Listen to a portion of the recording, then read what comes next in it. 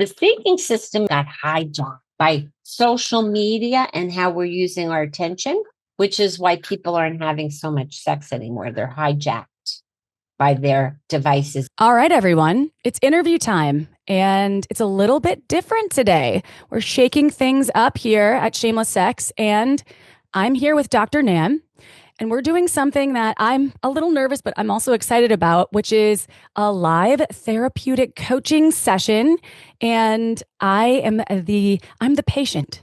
So everybody will get to hear basically me in therapy with Dr. Nan. So before we get started, I'm really excited though to see you again, Dr. Nan. You've been on the show many times. You're an incredible, you're in our book a bunch of times.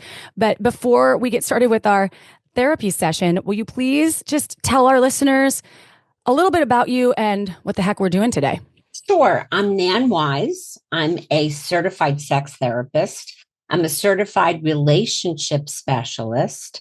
I'm a behavioral neuroscience researcher, and I'm the author of Why Good Sex Matters, Understanding the Neuroscience of Pleasure for a Smarter, Happier, and More Purpose-Filled Life.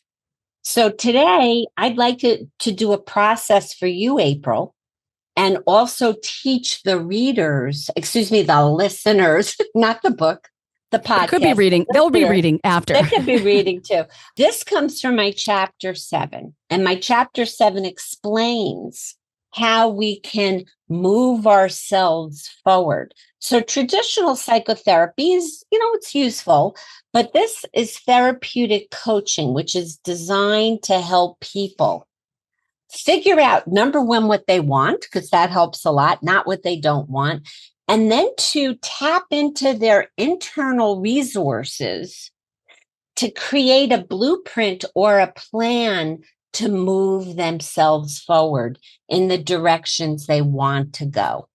So today, what I'm going to sort of highlight for all of us, I think all of us can use a bit of a reboot, a realignment, because after the election, many people are feeling a sense of groundlessness, despair, anxiety. I'm one of them. We all are, yes. And many of us, I should say, are feeling contracted about this. So it's always good. First of all, it's really important for us to be able to access our pleasure, even in the challenging places that we might be in, whether it's personally, politically, because being able to experience pleasure, as I've written about in my book, is so important for the brain-mind emotional systems to work properly. So what we're going to do first is a little bit of a kind of, we could call it foreplay for this in a way. We're going to move from the problem frame into the outcome frame. We're going to do a very short little process that the listeners can participate in, and you can participate in. It's going to take about 3 minutes. So I'm going to ask everybody to think about something right now that might be challenging for them, something that might be proving to be stressful, challenging, confusing, or some new ground that they're on that they may feel insecure about. So in this first frame, this is the problem frame, which is where most of us live most of the time. We tend to think about, oh my God, what's the problem? Is this my fault? Is there somebody else's fault? What's happening? Why can't I control this, fix this? The conversations that we have in our problem frame are limiting, discouraging, stressing, not encouraging. So what I'm going to ask you now is just take a moment and take a couple of long, smooth inhales. So one of the things, the long, smooth inhale and the longer, smooth exhalation. And so I'm going to ask everybody now to shift into the outcome frame. So I'm going to ask you to think about who can be helpful for you in this endeavor. What are the inner resources that you already have that you can marshal to apply to this situation? And I'm going to ask you to think about how you're going to feel on the other side of this journey. So again, what are the inner resources that you already have? Who are the external resources, or what are the external resources that you can tap into for assistance? And imagine how you're going to feel on the other side when you have navigated and learned what you needed to learn to get to the outcomes that you want to create. So let's just take a pause here and recognize that we tell ourselves a lot of things. They're automatic thoughts that go across the surface of the mind, and some of them are even below the surface of the mind. So we will say to ourselves, why am I not succeeding? I'm a failure. This is like our inner dialogue. This is like our inner okay. dialogue. Okay. So feelings of failure, feelings of why am I in this position, disappointment. Sometimes people aren't so nice to each other. They might have some self-criticism, some not being nice or attuned to themselves. People will be like, I'm not where I'm supposed to be. You know, that's a frequent one. I should be someplace else. I should be in a different situation. And then feelings of you're going to let people down. You know, that's another kind of self-talk that people do, that I'm having this issue. I'm going to let people down. Who am I? What the hell am I doing with my life? I'm kind of giving you back some of your inner dialogue that you shared with me prior to the show. Yes, I was going to say, I'm like, Dr. Nan, you know exactly those are my challenges right there. Right. So I'm not reading your mind, but also bear in mind that this kind of self-critical energy that we have, if we listen to it, and instead of being mean to ourselves about it, we get curious. And the curiosity is very, very helpful, because then we can discover what's the positive intention of this critical energy. Usually the critical energy is trying to protect us in some way.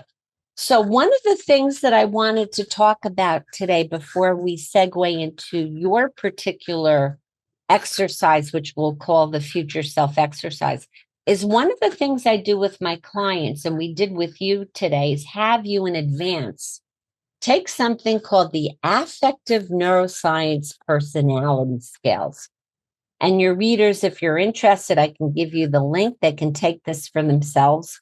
So what this personality test shows us is the tonality of 6 of the 7 wired in emotional systems that we come pre-wired with. Even my dog, Jilly, who's sitting on my lap right now, because I'd like to keep her calm and quiet, she has the same equipment. We're very similar to animals, especially mammals, on the bottom of the mind. On the top of the mind, we're quite a bit different.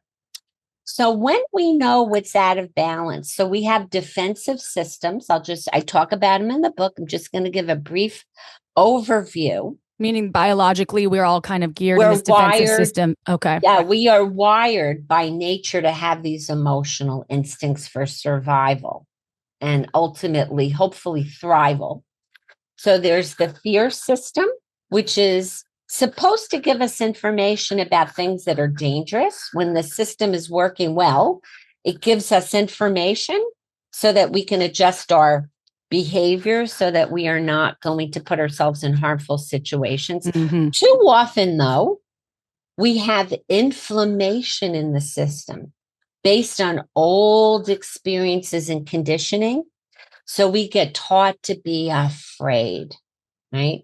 And so each emotion has present time information. Like if you're standing in front of a truck and it's coming at you, the fear gets you to get away from the truck.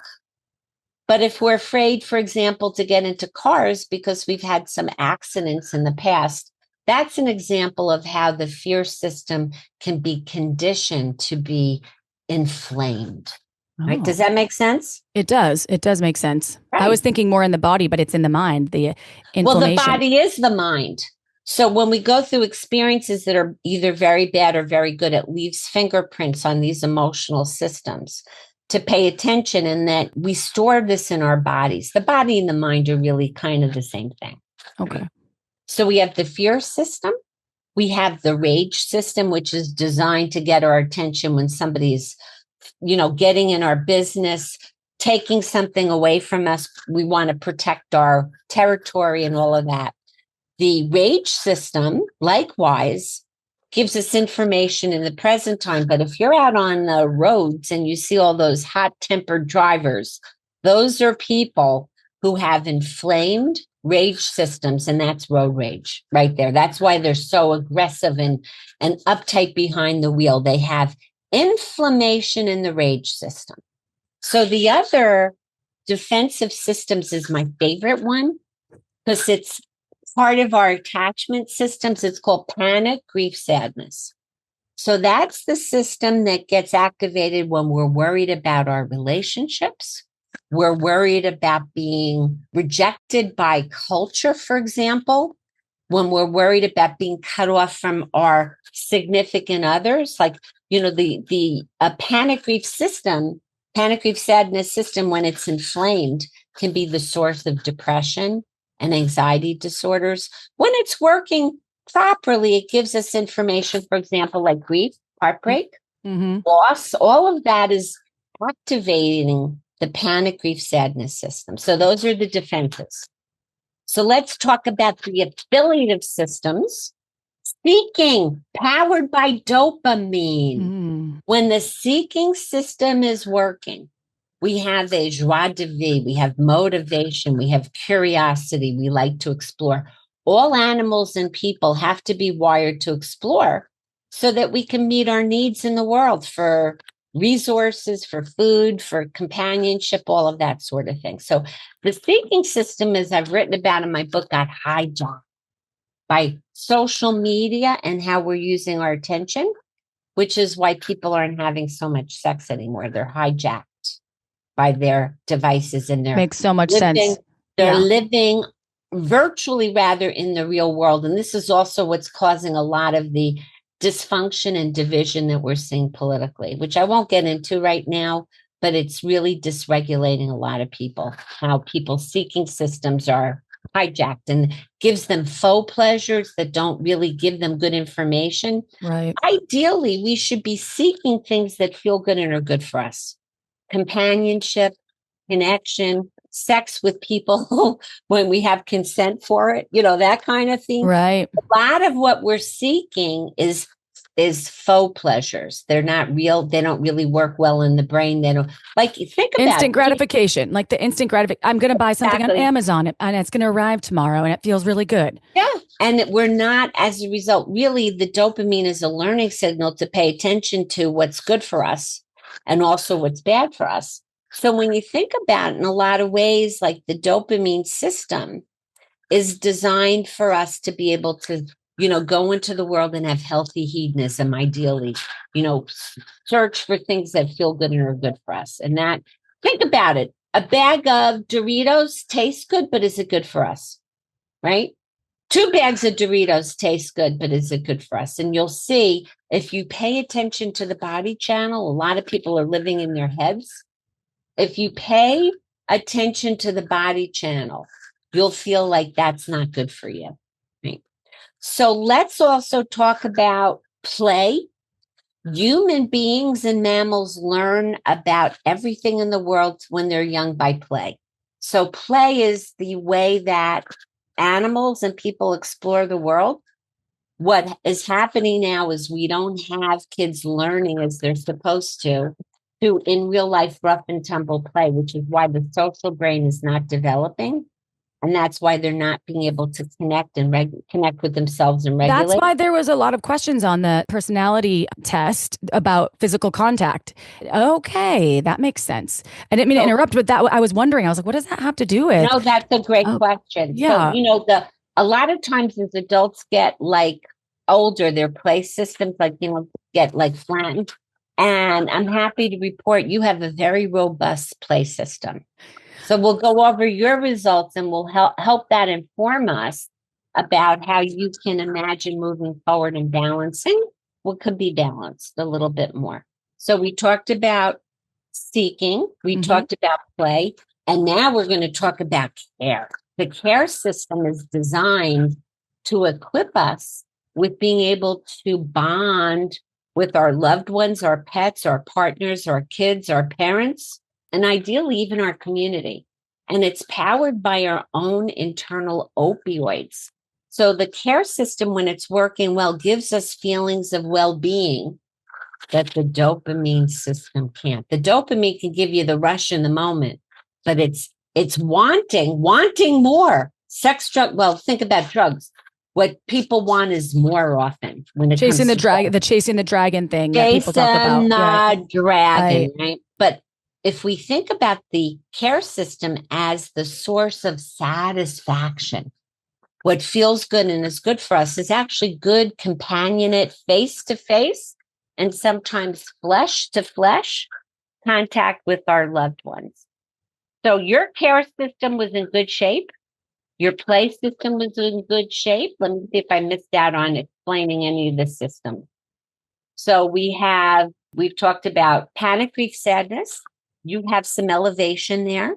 You have a very robust seeking system. So it's not flat. A lot of times when people are really stressed out, their bodies take the dopamine and make stress hormones. So you can see a very flat seeking system in people who are very stressed and depressed. The problem is that I'm always seeking, so sometimes I can't drop into so we can work with the actual moment. So your care system is very nice. It's a little bit above average. That's great. Your anger system, which is the rage system, is a little bit elevated, and your play system is good, is nice and robust. So when I work with people, what I look to do is to try and help them get more balance in the basement of their brains, if that makes sense. So what I'd like to start with for you, we're going to, if it's okay, segue into the exercise where I'm going to lead you through what's called the future self exercise. We're going to help you picture yourself on the other side of the challenges that brought you to wanting to do this process with me. So we're going to talk about the results of your affective neuroscience personality scale. Your seeking system is nice and robust, which is great news. Sometimes when people get very stressed out, it goes very flat. So you've got a robust seeking system, and which is in good shape. You have some elevations in the fear system. And don't worry, we can work with that. Yay. And I'm going to show you some tools about how we can down regulate the fear by tapping into feelings of safety in the moment. Because if we're just sitting and breathing, in fact, we are safe. So that's what trauma experts all know, that not to say that life is trauma. We all had trauma. But when we don't feel safe, and a lot of us might not be feeling safe in the wake of the election, well, we all could use a little rebalancing in that department. And Nan, I just wanted to touch on this before we go in, because this is a time on planet Earth. It's not just the election, because other countries are also suffering in different ways, right? Because we have so much access to media and to information, our brains almost get trapped in these echo chambers of what we almost want to see or what we want to believe, especially if you're on different social media channels following different things, you're going to see more and more and more and more and more of that information. So I think that getting stuck in certain mindsets where it's stressful and you're in fear, it's a normal part of being a human right now with a smartphone. And so it's not just isolated to the election. Of course, in the US does elevate things and has elevated things for people. And I want to say that so does war, and so does all these other pieces that are really scary to be a human right now sometimes. And it's the information that we have that leaks or that gets hacked or that we learn. So it's scary. It's fucking scary. Yes. And we need to remember that there's always the pendulum that swings. So there are times that the world becomes more liberal, and the times the world becomes more conservative. And if we are smarter about how we use our smartphones, use them for good reasons. Use them for real connection, not for doom scrolling. Limit. I'm glad you brought this up, because what I'm telling people to do now is limit the news that you're watching. Limit your social media stuff to stuff that really is good for you. I tell people to Connecting read with the news, people, not watch the news. I'm like, read your news. read And the yeah, news. They told me that when I was at the Mind Body Institute in 1990 something. see, and it's true. And you know what? It's like we all need to take a deep breath. So what we're going to work on is your care system is fine. We're going to decrease some of the fear with our setting some intentions for going forward. Your rage system is a little bit elevated. That's not unusual when people feel stressed or having problems navigating the world. I think a lot of us are feeling kind of angry. It's a normal feeling. Your play system is magnificent. We're going to make good use of the play system. And we're going to downregulate some of your panic, grief, sadness, which is a little elevated. And when I say downregulate, you see the smart mind, the top of the brain, can influence us if we prepare ourselves bottom up to be in a calm, receptive state, to give ourselves empowering suggestions instead of the noise and the soundtrack of the critic, the busyness that goes in our mind, all of the self-limiting things. So what I'm going to concentrate on with you today is to take you through a experience that's very much infused with Ericksonian hypnotherapy. What is Ericksonian hypnotherapy? It's the ability to drop into our resilience and our resourcefulness. So hypnotherapy is not anything unlike where you put your attention. It's bringing attention inward. We all go into trance all the time. When you drive home and you don't remember how you got there and you're not drunk, that's a trance. When your mind goes off in anxiety and fear, that's a trance.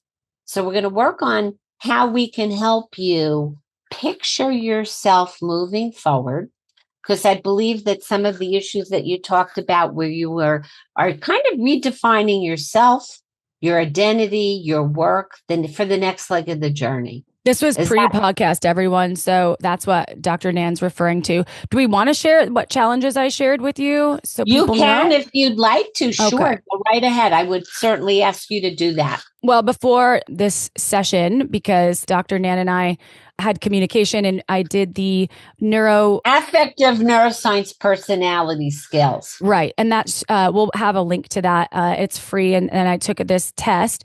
And so then it gives you almost this map. Anyway, Dr. Nan also asked for some of the challenges. And one of them was, who am I? I'm going through kind of a midlife crisis, if you will, or a third life crisis, whatever you want to call it. I don't know. Who am I? And my identity's sort of been stripped away in various ways because purpose is one of the things that humans strive for. And a woman in her 40s that is childless, let's say, I have other purposes for sure, but there's a lot of things that I'm like, wow, I don't have the distraction of caring for a child.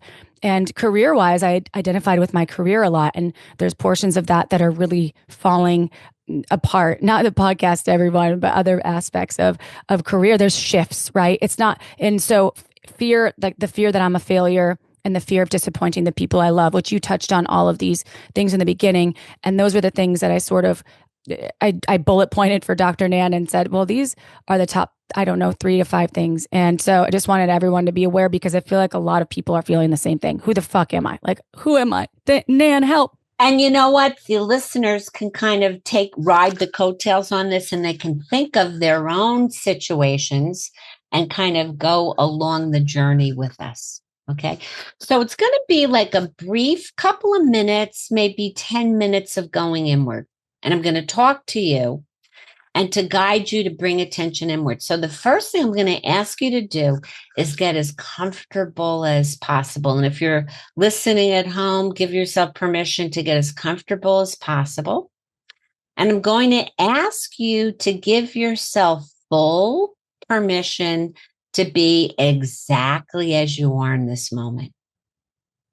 What we do know of all mindfulness techniques The active ingredient is the ability to practice radical acceptance of what is so right now. It's not resignation. So I've been talking to a lot of people about how they can figure out how to be okay for now, even if they're not feeling so okay, whether it's with what's happening in their personal lives or in politics. So just start now. If you can bring your attention inward, if you can let your eyes close, and I'm going to ask you full permission to be as you are with whatever's floating across the surface of mind in terms of thoughts. Full permission for your thoughts to be exactly as they are. And also full permission for you to be in this moment however you are. And for this moment to be however it is. And as you're sitting, I'm going to ask you to tune into the breath. And at your own pace, if you can take a long, smooth inhale, followed by a longer, smooth exhalation. That's it. So if it's comfortable to breathe in and out through your nostrils, you can do that, but there's no wrong way to breathe. Long, smooth inhale. At your own pace, longer, smooth exhalation. So as you're sitting and as you're breathing, see if you can let each inhalation be the opportunity to drop just a little bit beneath and below surface mind. And then letting each exhalation be the opportunity to release to the gentle pull of gravity, whatever will simply release. Full permission to be as you are, giving yourself full permission for this moment to be however it is. And I'm going to ask you to just tune into the sensations of being supported by whatever you're sitting on, a chair or a couch, or if some listeners are actually lying on the bed. Feel the touch points between your body and what is supporting you. Perhaps bringing attention to your sit bones, the sensations of your body making contact with the supports, and see how, if you will, with each new exhalation, you release just a little bit more from the very top of your head down to the tips of your toes. That's it. And I'm going to ask you, April, since we know the results of your affective neuroscience personality scale. So we're going to concentrate, and this is actually good for all of us. So if you're listening at home, you can do this along with us, is to focus on feeling safe in this moment as you're sitting and you're breathing. In fact, you are safe. And by tuning into this moment and eliciting feelings of being safe, we can loosen and soften just a little bit more, releasing old fears that no longer serve us. So sitting and breathing, giving yourself the permission to tune into feeling safe. You can think about that. You can picture the word safe in your mind's eye. You can hear it in your mind's ear. You can suggest it to your body, a loosening and softening of tensions or holding. From that place of feeling safe, I'm going to suggest that you tune into eliciting feelings of calm, which is a wonderful way to balance when we have rage or anger, which is important information, but sometimes we need to be able to elicit feelings of calm. Picture yourself being calm, seeing calm in your mind's eye, the word calm, hearing in your mind's ear calm, taking a long, smooth inhale in, and then as you exhale, releasing to the gentle pull of gravity and allowing yourself to tune into feeling that experience of calm. So coming from safe and calm, what I'm going to suggest now to balance out the panic, grief, sadness energy is to tune into feeling secure.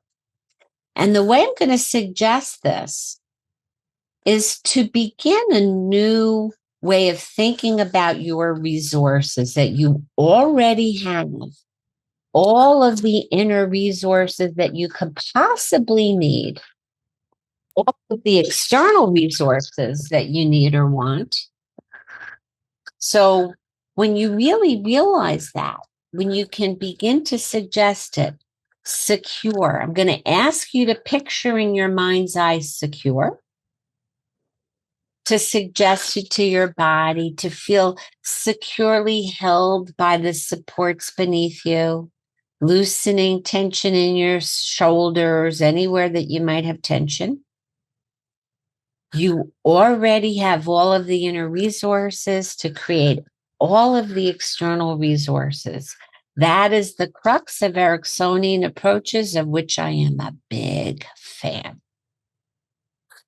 So breathing into feeling safe, calm, and secure now. And I'm going to ask you, April, or anybody who wants to do this with us, to think about being on the other side of your challenges. So going inward and letting yourself think about, if you can close your eyes and drop in a little bit deeper, picturing yourself on the other side of the learning when you already have navigated, whether it's issues about your career, your mission, a clarity on your next leg of your journey,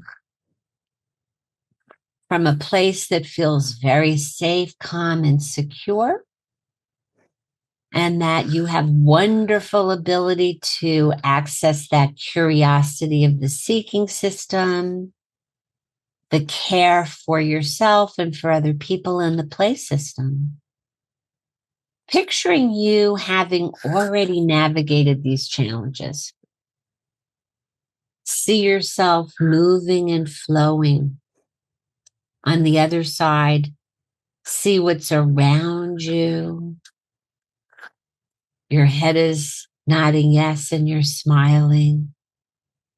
And see yourself having learned what you needed to know and arrived on the other side of the challenges, feeling so safe, calm, secure, feeling enthusiastic and curious, and feeling a sense of confidence that you've got this.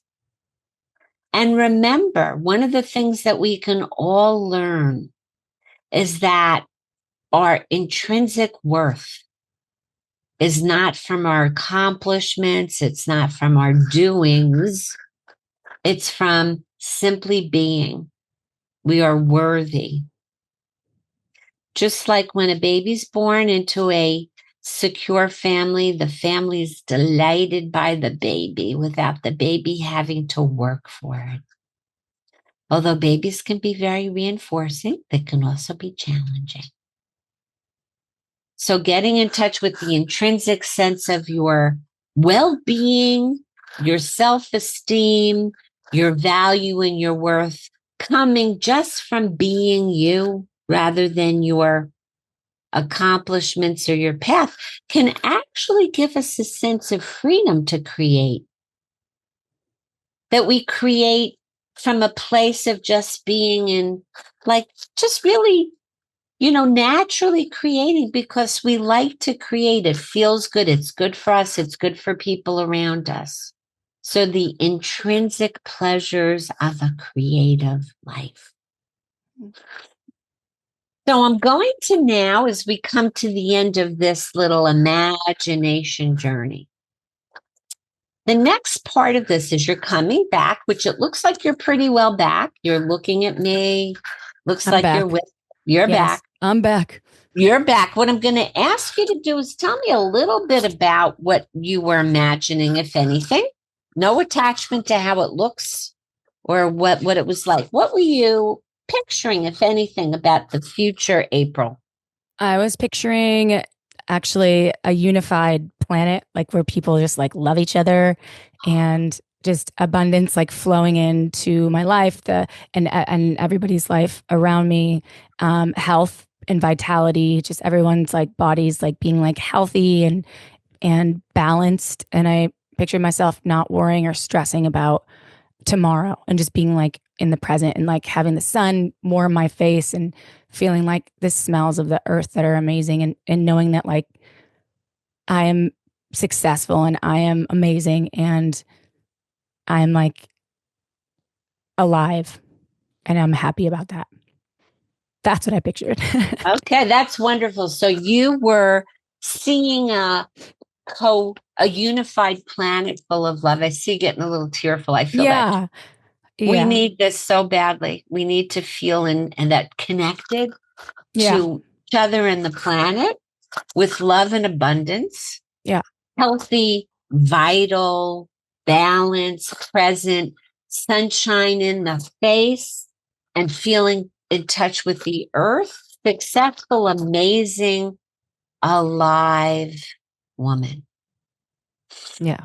Deep breath. So I wonder, April, how you can give yourself permission to be these ways right now. Yeah. To I was be. thinking that. Yeah. I was thinking that. I'm like, how can I do this right now? So what, we can step into a lot of what really does work is we think, oh, if I have this career, then I can love myself. If I have money in the bank, then I'll be safe. All of that stuff. Well, what really works is what we know. We get happiness backwards. If we just do this, then we'll have this. What people who are really smart have learned, and they've studied this, that people who are able to focus on ways of being rather than doing tend to be happier, better balanced, and more present to life. Life is right here, right now. When we're present to ourselves and each other, we can feel more unified. And this is the thing. I feel like most of the people I know are human doing, not human beings, right? We're humans doing things. We're not being. And I'm one of those people. I'm constantly, it's the distraction that's helpful at the moment. But I love that you brought that into this consciousness because it's important for us to be here right now. Yeah. So safe, calm, secure, present. So if you step into feeling safe, you're going to be able to be more in your being. Calm, secure. The doings aren't going to make you happier. If you do from a place of being, I use the example of weight. People are trying to diet to get happy with themselves. If people got in touch with eating in a way that feels good as healthy hedonism and paying attention to their bodies, they'd be happier in their bodies and they'd love their bodies as is, and they'd treat their bodies better. So this is a good question because I like this food analogy because people use different things, whether it's online shopping, whether it's maybe some folks want to take a pharmaceutical to help them, and that's what they rely on, or like an anxiety medication, or they use alcohol or food or something to distract, social media. So what is the way that, for instance, if I go to the same thing, like if I've had a stressful day, I come home and I'm like, I want a glass of wine. And I'm like, this is going to help me feel better, which in a sense, it doesn't. Feeling better could just be relaxing for a second, taking some deep breaths, but is it creating a new neural pathway somehow and releasing the thing? Like instead of going to the bag of Doritos or the fridge or McDonald's or going to my bottle of wine or going to the bottle of Xanax. I don't have a Xanax prescription. I'm just giving you an example. But for folks that are like, I'm so stressed out, I don't want to be here anymore, I need to distract myself. It's just putting yourself in a place of feeling calm and secure to try to navigate that and put something else into your brain, create a new neural pathway by breathing into it? Or is it something deeper than that? So, you know what? Yes, both and, right? So if we just take that break and we interrupt the automatic habit, take that long, smooth inhale and the longer, smooth exhalation. I cannot exaggerate the importance of altering our nervous systems. Most of us, most of the time, live in flight or fight when we're not in freeze. Sometimes we go into freeze when we're overwhelmed. So when you move through your day, anytime you begin to notice tension in your mind, tension in your body, if you train yourself to take the long, smooth inhale and the longer, smooth exhalation, what you're doing is you're feeding yourself and your nervous system across the day the natural feel good chemicals that will help you regulate better. And if you come home from work and you want a glass of wine, you take the pause and you take a breath. And then if you drink the glass of wine, you drink it being very present and savoring it rather than chugging it. Totally. You want the piece of chocolate or the piece of pizza. You slow your physiology down with breathing, and then you savor the experience. Like it's the last glass of wine you'll ever have. Like, what does it taste like? What does it feel like? What's the temperature of it? What do you smell from it? How does the glass feel in your hand? Being sensory, being present, being there, being all the way there with. Which I'll do with my coffee. I'll be like, oh, wow. Yeah, you see, you just brought up a wonderful, example of how by tuning into the sensation channel, not only does that help us feel more safe and secure, it gives us more satisfaction. And whether we're making love or we're eating food or we're drinking wine, all of this is enhanced by just slowing down a little bit and paying attention. I teach what I need to know, April. I've talked about this on the show countless times. I was raised, actually, my mom had, unfortunately, a lot of issues. She was untreated borderline personality. I inherited, in addition, anxiety attacks, plus, these issues. And now that I'm realizing that if I just give myself permission, it's not about writing the next book. It's not about getting more money in the bank. It's not about achieving anymore. It's about savoring and being in my life like I am in this moment with you. It's just that simple. It's that simple. It's amazing. People think that they're hungry. This was Joseph Campbell. He was a fabulous philosopher. People think they're hungry for the meaning of existence. They're hungry for the experience of it.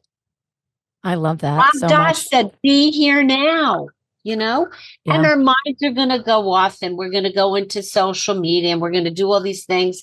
And then we can just say to ourselves, hey, okay, like I can kind of bring it back to in the room with me and my breath. If you have somebody there with you to connect with the person. And I think it all boils down to where are we putting our attention? Is it getting hijacked by social media? Is it getting hijacked by old pain and emotional issues? Or are we consciously putting our attention on feeling safe, calm, secure, present, savoring, celebrating, all of the things that, when you think about creating your own blueprint, that's the guide. And the way the coaching works, and I'm inviting you and any of your listeners who want to reach out to me, they can find me on my website. They can book a free chat with me. If they buy the book, they can get a free session with me. Some of these tools are in the book too, right? right, Nan? Chapter 7. Yeah, there's also Yeah. breath tools. Yeah, I explain how the brain mind works so that, we can reclaim our capacity for pleasure. Many of us suffer, including me, from anhedonia, which is difficulties experiencing pleasure, which is why we look for, like a glass of wine isn't going to be enough. It'll be the bottle of wine or the whole pizza. We're hungry for something, but we're eating and consuming the wrong things. We need to harness our attention and put our attention on having a really good relationship with ourselves, speaking to ourselves well, and guiding ourselves by our conscious commitments, not our emotional weather.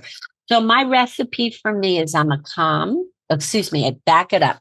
Safe. I added safe when I realized I had a lot of childhood trauma after going through my mom's, my mom really tanked during the time that after my dad died. So I realized, boy, this woman, in fact, is really untreated borderline personality. Safe, calm, confident, courageous, playful, joyful leader. That's me. And is that in that order sort of for folks? Like it's like important to feel safe first, then you can kind of move in through those. If we don't feel safe, we're not going to be able to access play. We're not going to be able to access our sexual energy. Think about it. If you feel like a predator is coming at you, are you going to be able to access anything other than fear and rage and fight? Right? And survival. That'll be survival. Survival. Yeah. So we want to move us from the survival mode into the thrival mode. And the way that we do that is we bring down the defenses by consciously feeding ourselves messages that we're safe, calm, secure, right? And then putting our attention on what I tell people to do. And this works if they do it. If you follow this, it works. I tell my clients, and when they do, it works pretty good most of the time. Put your attention on how you can feel safe today. What's a win about feeling safe? Like it could be that you take a little extra positive risk, whatever it is. And when you put your attention on the wins, how you can feel safe, calm, secure, present, and then you have challenges, you can see the challenges as opportunities to get some coaching or some encouragement about how to shift back into your conscious commitments, how you're going to guide yourself as opposed to be just in reaction to everything, if that makes sense. That makes a lot of sense. So reactivity, instead of being reactionary or having because it comes back to that defensive mechanism that we're biologically all designed to have automatically. It's instead of reacting, be present. You can take the breath. Take the 4 in, 8 out. That's my count that I try to do. I'm like, breathe in for 4, pause, breathe out for 8. And it does help. Perfect. Like 5 of them help me no matter what situation. However, sometimes I forget to access that. And it's so everybody's carrying that medicine with them, right? Every human that's breathing is carrying that with them all the time. So when you make the exhalation longer than the inhale, what it's happening is it's shifting your nervous system into the vagal brake, which slows your heart down and tells your body you're safe. That's where digestion happens. That's where healing happens, as opposed to the fight or fight sympathetic nervous system where we're wearing ourselves down, which is why we get the lifestyle diseases and we have, we have autoimmune stuff. Autoimmune. Thank you. That was the word I was searching. Yeah. Basically stress it kills us. Absolutely. And it's not fun. It's just no fun. Well, also think about it. And I don't want to wrap up ever because I love talking to you. You're so smart. You're such a genius. And you use so many different like methodologies to combine it's a holistic approach really that doesn't start like, hey, pop this pill, April, you're going to be fine. It's like, yo, start from here. And I think that these methodologies that you teach to people, because you're not in the business of, hey, I want to see you forever. You're in the business of, hey, these are the tools that you can apply to right now. And hey, guess what? I'm a person that also I have stuff too. Like, and you say that you're open about like, look, I had a lot of anxiety and I think it's as a person living, think about caveman, or let's talk about the Paleolithic age or something, the hunter gatherers, right? We can think about that time frame. Folks weren't stressed out all the time. They were stressed out if they were being chased by another animal, or they were stressed if their bodies couldn't find the food and they had to forage or they had to gather. And now our bodies are under consistent stress, right? Our heart rates are elevated a lot because we're driving. We're not getting chased by lions or a T-Rex. Well, humans didn't exist with a T-Rex, but let's say a woolly mammoth. We're getting chased by emails and enough likes on, social media, or the news flashing some shit that's scary, or the last school shooting, right? It's just like fucking hell. When does it stop? So information, as this podcast is such a great way to receive information. And that's our hope, and at least my hope. And I know Amy could also attest to, is just helping people have some tools. If they can't maybe afford to see you right now, they could look at your book. They can get your book. And did I hear you right? Did you say you give a free session when people buy your book? If they buy my book, they can reach out to me and they can sign up for a free session. That's pretty good. Really generous. I did not know you do that. I do like that. 1,000 it's people on my website. Yeah. And the other thing here, just to make it very simple. Number one, if you can put your attention on paying attention to your body and making sure that you're breathing with that way, that's going to restore the balance of your nervous system, so that anytime you notice that your shoulders are up by your ears or your mind is spinning, let that be the cue to take the breath. You want to condition yourself to take the breath and string it through your day and harness your attention. Then be very mindful about where you put your attention, where you're going to focus. Focusing on those new ways of being is going to help you guide yourself. Limit your exposure to stuff that's toxic. Use social media for good purposes. They just came out with a study where kids who use social media for actual connection kind of stuff, they do okay. They're still better off without social media, but it's actually much better if they're using the things that are actually involving having good connections with other people, as opposed to learning about craziness and, porn and, toxic masculinity or doom and gloom, doom scroll. So, yeah. I'm a big advocate for technology. It just needs to be used for it's same with AI. I'm a big fan. I think that we can live and utilize these tools in a way that will complement our lives.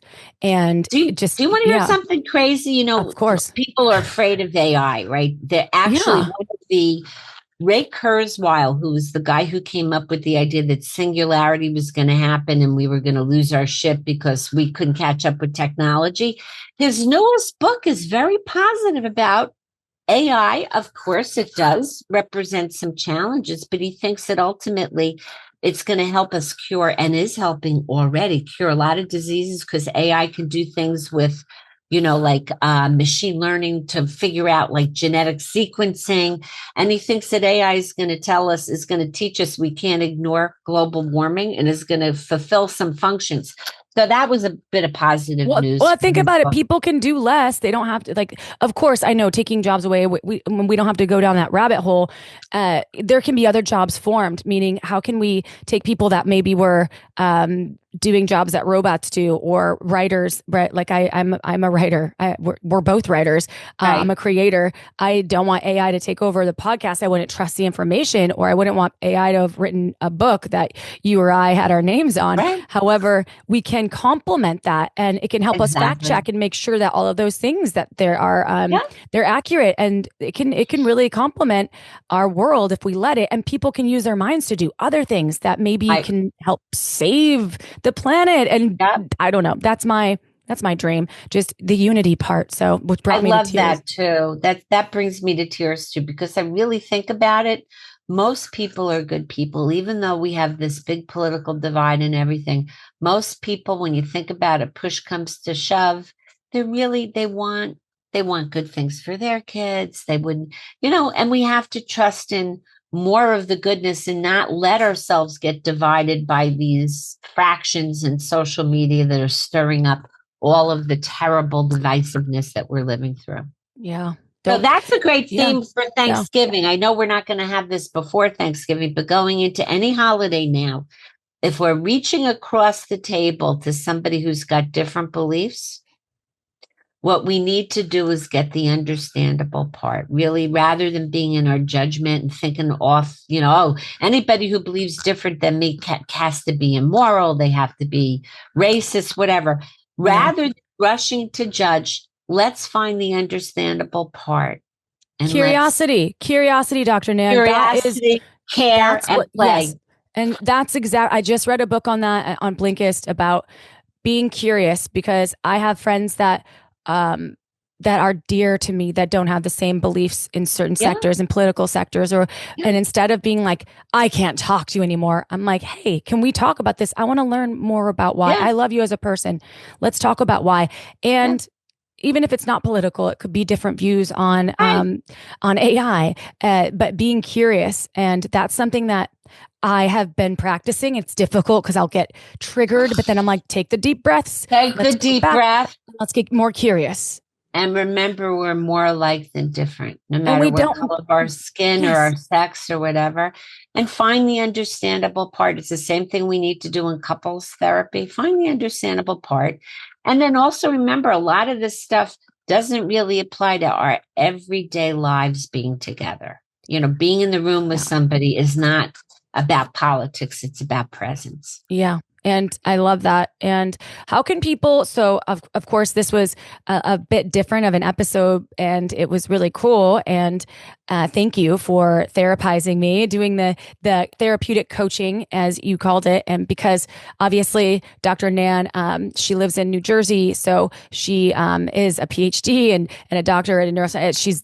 Her accreditation's massive, but she can only coach people over the borders, right? Because it's the legalities of everything. Over the world, so, she's therapeutic coaching, everyone. And I appreciate that so much, because just those small tools, I think, can really help me shift. And I hope it helps people out there shift. So if they want to buy your book, if they want to actually find your website, find you on any socials, if they do want to actually have a healthy scroll and look for things that might help them and people that might help them, can you give everyone a little bit more info about that? Sure. Ask Dr. Nan, with all the letters of doctor spelled out. My website is askdrnan.com. You can find me on socials at Ask Dr. Nan. And if you read the book, a lot of people find that just reading the book they can kind of do sort of like self work that way. Sometimes they'll reach out for a session or two, because they're curious about something. But everything I do is very short term. I think my average is maybe 4 to 6 sessions. That's, cool. For really being able to help people figure out a plan. And then I give lifelong support by texting. Once you're my client, you can text me forever and I can support your growth that way. Everybody, Dr. Nan is really, you do help, I think, people feel safe and secure. And that's really special, because you don't judge. And Why Good Sex Matters is your book, which is so cool, because you have this ability to not make it this clinical, something's wrong with you piece, because if you're not having good sex, but it also is woven into why good sex actually matters, because sex is an important part of our human relationships and with ourselves and with others. So I thank you for that. That book is brilliant. Thank you so much. And it's a pleasure. I'm always so happy to connect the time. I just go into such a state of flow. So remember, April, safe, secure, present. And you can I'm a leader. You can call yourself anything you want. Goddess, anything. And you can add any other things that you'd like to put on that recipe to keep you focused on what you need to focus on to be here now. Okay. I shall do. Okay. Thank you, Dr. Nan. And thank you to all of our listeners. This was a really vulnerable episode for me. I hope that you all enjoyed, and if you did, please review us, rate us. It just helps more people find Shameless Sex and folks like Dr. Nan that are helping the world be more united and helping you unite with yourself. So whatever platform you're listening on, please give us 5 stars, because we do really appreciate that. And this is a free resource for you. So check out our sponsors. We hand select those people too. And we are on YouTube. We haven't been kicked off quite yet. So if you want to check us out on YouTube, you can do that as well. And we will see you next Tuesday for another episode of Shameless Sex, everyone. Ciao for now. Mwah. The pleasure being here. Remember, pleasure is not a luxury, it's a necessity for a well-functioning emotional brain. And we really need to pay attention. Pleasure is an important signal, a feedback signal that to help us really be healthy and well-balanced. Okay. Dr. Nan, she's a boss. All right. Thank you, everybody.